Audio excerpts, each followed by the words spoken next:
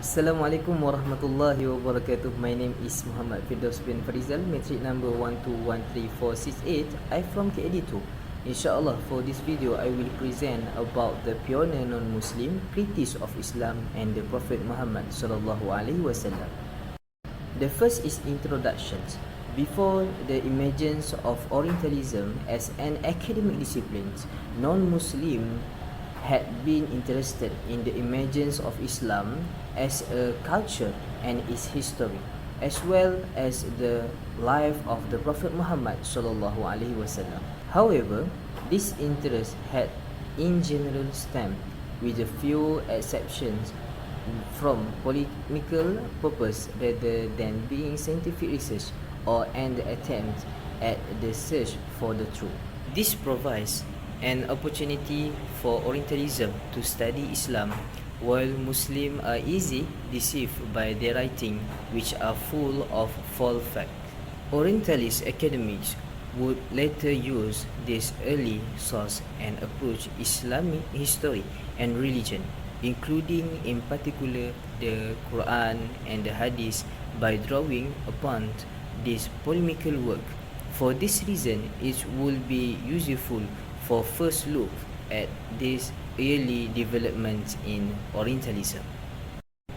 From the beginning, Orientalism has the creed-based view of Islam and its prophets.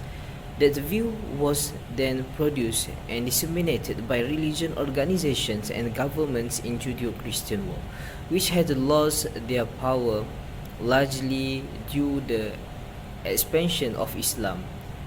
In response to the conversions of large number of people to Islam, the main purpose of their effects in the mislead people to stay away from Islam by the creating a false image of the religion and the Prophet Muhammad. The image of the prophets who are vilified as mentally ill, liar, false prophets, and antichrist, none of which have any foundations. All history and fact have been found, produced and reproduced all over the world, centuries in the West. This is one of the pioneers who insult Islam and Prophet Muhammad sallallahu alaihi wasallam. The first one is Yahya Damashqi, or John of Damascus, is a figure who started the slaughter campaigns against the Prophet Muhammad sallallahu alaihi wasallam, and he was a Christian priest. In his book, he mentioned Prophet Muhammad sallallahu alaihi wasallam and see him as a misguided or false prophet who deceived the people around him by using the Christian sources, which are elements from the Old and New Testament, into the Quran. Moreover, the Prophet Muhammad sallallahu alaihi wasallam marriage and his war are discussed in this book, but one-side manner. These unfounded criticisms later become the basis of the later Orientalism, who largely repeated what John had said before them. In fact, this continues until today. Second, the Christian and Jewish priests inhabit Andalusia, Spain, during the era of Islamic glory.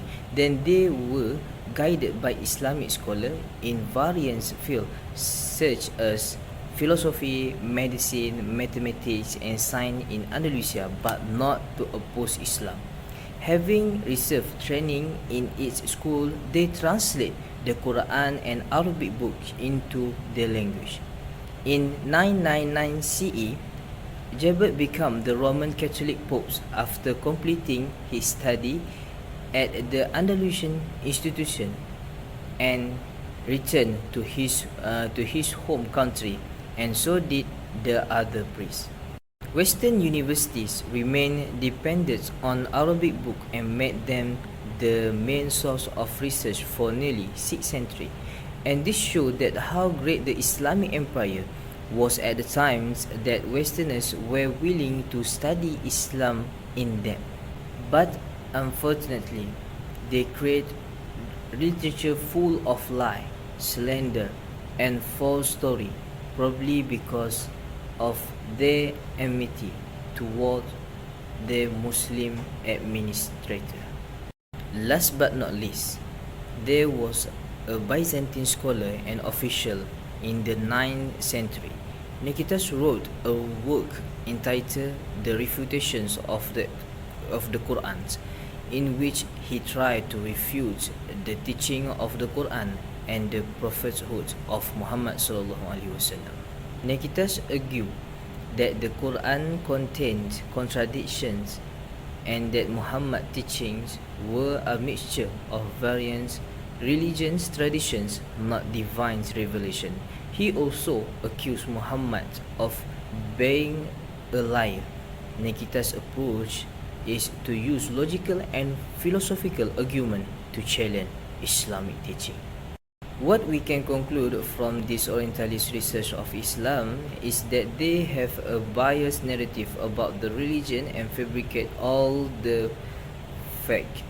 They do this to demonstrate the rest of the world their supremacy and might. Throughout the 17th and 18th centuries, literature concerning Islam and the prophets gained popularity in Europe.